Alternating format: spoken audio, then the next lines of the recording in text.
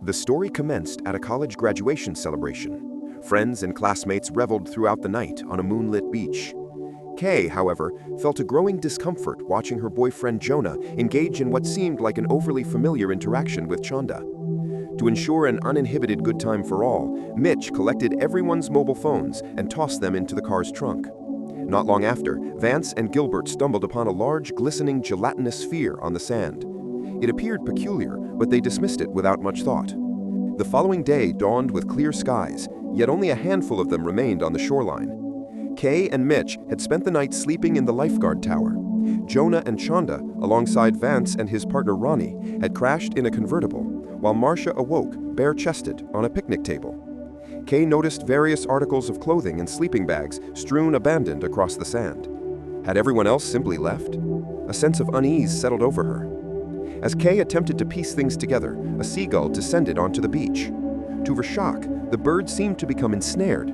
Within mere moments, the sand completely engulfed it. An unseen, deadly entity lurked beneath the surface. Realizing the grave peril, Kay frantically warned everyone to remain perfectly still. But it was already too late.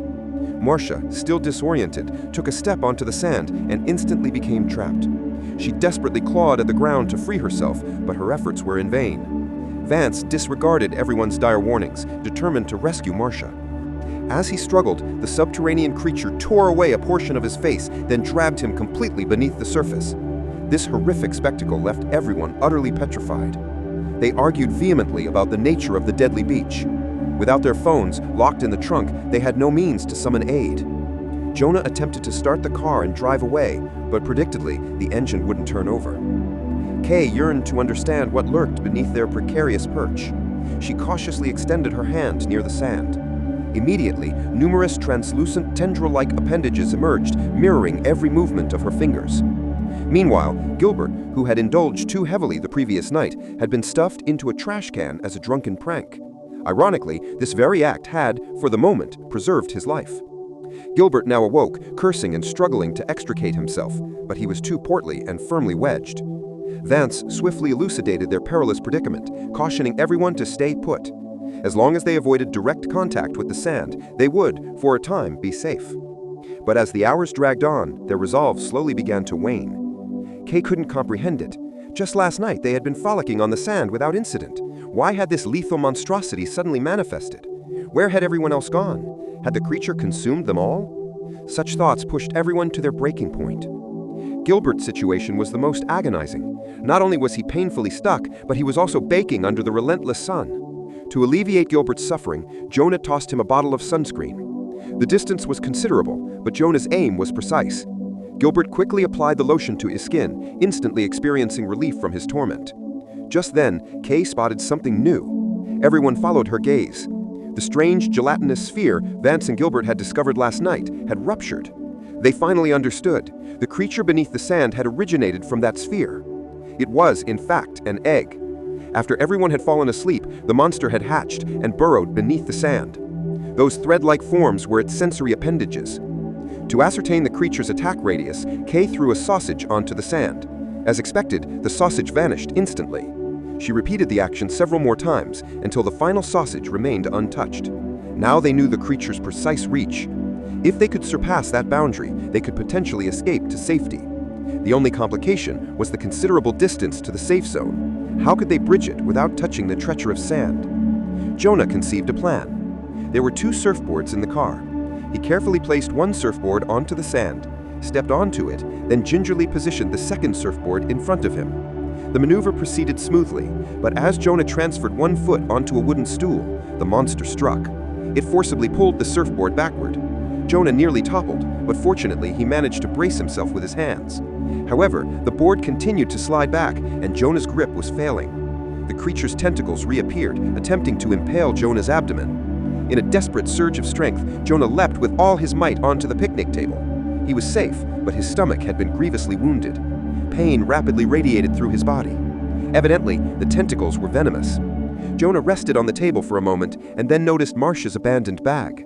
As he rummaged for something useful, a banana tumbled out onto the sand. Without thinking, Jonah picked it up. He suddenly realized the monster hadn't attacked him. Holding the banana, he slowly moved toward the fire pit. Surprisingly, the tentacles recoiled. He deduced a crucial fact: the creature was afraid of fire. To validate his theory, he jumped directly into the fire pit. He was correct, the monster avoided contact. But at this moment, everyone saw that Jonah's stomach wound had worsened. It was covered in angry blisters, some already oozing pus. Enduring agonizing pain, Jonah returned to the picnic table. Kay prompted him to check Marcia's bag again. He discovered some beverages and bottled water inside. When Jonah threw a soda to Mitch, it landed on the sand. Jonah had exerted too much force, causing his wound to rupture even more severely. Blood gushed out, and he had no option but to lie down, completely immobilized. Now the monster shifted its attention. It first displaced the surfboards, then began consuming the car's tires. At this rate, the creature would soon devour the entire vehicle, along with everyone still perched on top of it. The sun beat down mercilessly, and no one would arrive at the secluded beach. If they wanted assistance, their sole hope lay with their phones. They had to remove the back seat to access the trunk, but Chanda and Ronnie were too weak to dislodge it. Ronnie refused to passively wait death.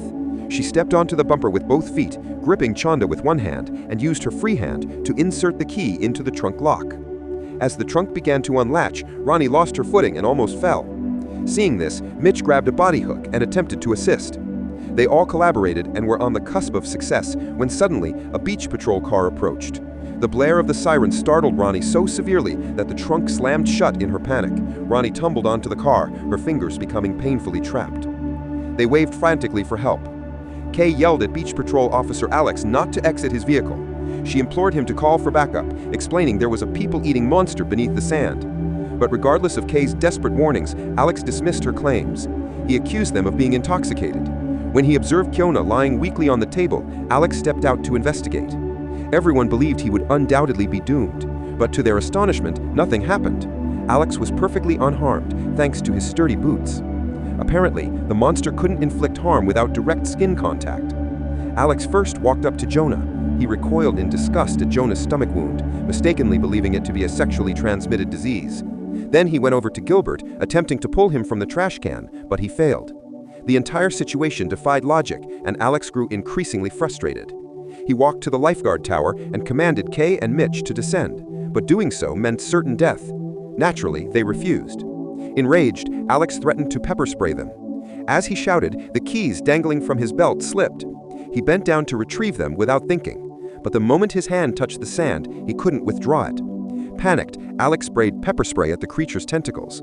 The good news, the monster recoiled, clearly hating the burning sensation. The bad news, Alex's arm was almost all gone. After a raw scream of pure agony, Alex collapsed to the ground, becoming the monster's next victim. His horrific death plunged the others into even deeper hopelessness. But Kai swiftly grabbed his abandoned pepper spray. Then Mitch devised a new strategy. He wrapped his feet in cowls, preparing to sprint across the sand. As Chanda tossed the towel to him, Mitch stumbled, crashed through the railing, and fell flat onto the sand. Immediately, tentacles erupted from all directions, impaling his skin.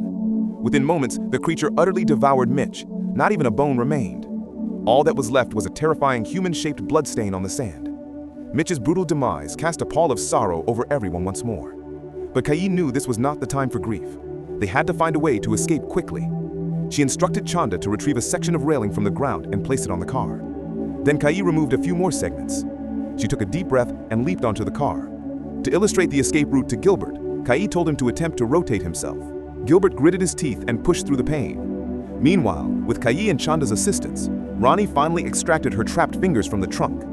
Kai and Chanda laid the metal railings across the sand, intending to traverse them to reach the picnic table and regroup with Jonah. They made it safely. Then it was Ronnie's turn, but something went awry. She moved too quickly, lost her balance, and tumbled onto the sand. In a panic, Kai sprayed her with the pepper spray and tried to pull her up, but the monster was relentless. Its tentacles struck again and dragged Ronnie under in the blink of an eye. Before anyone could react, another threat emerged. Gilbert had scraped his stomach. The monster detected the scent of blood and launched its next attack. A sharp tentacle pierced the metal trash can and slithered inside.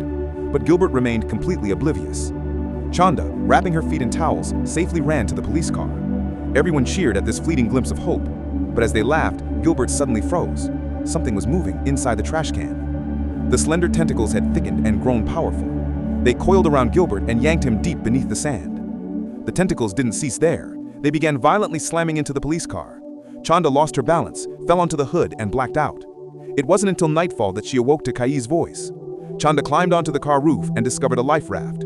She inflated it, and Kai helped Jonah step onto it. At last, the three of them made it safely into the police car. But the peril was far from over. The vehicle shook violently. The monster's tentacles returned, only now they were thicker and glowed with an eerie blue luminescence. Kai realized they had no viable escape, so she climbed onto the roof and grabbed a gas can. She doused the surrounding sand with gasoline.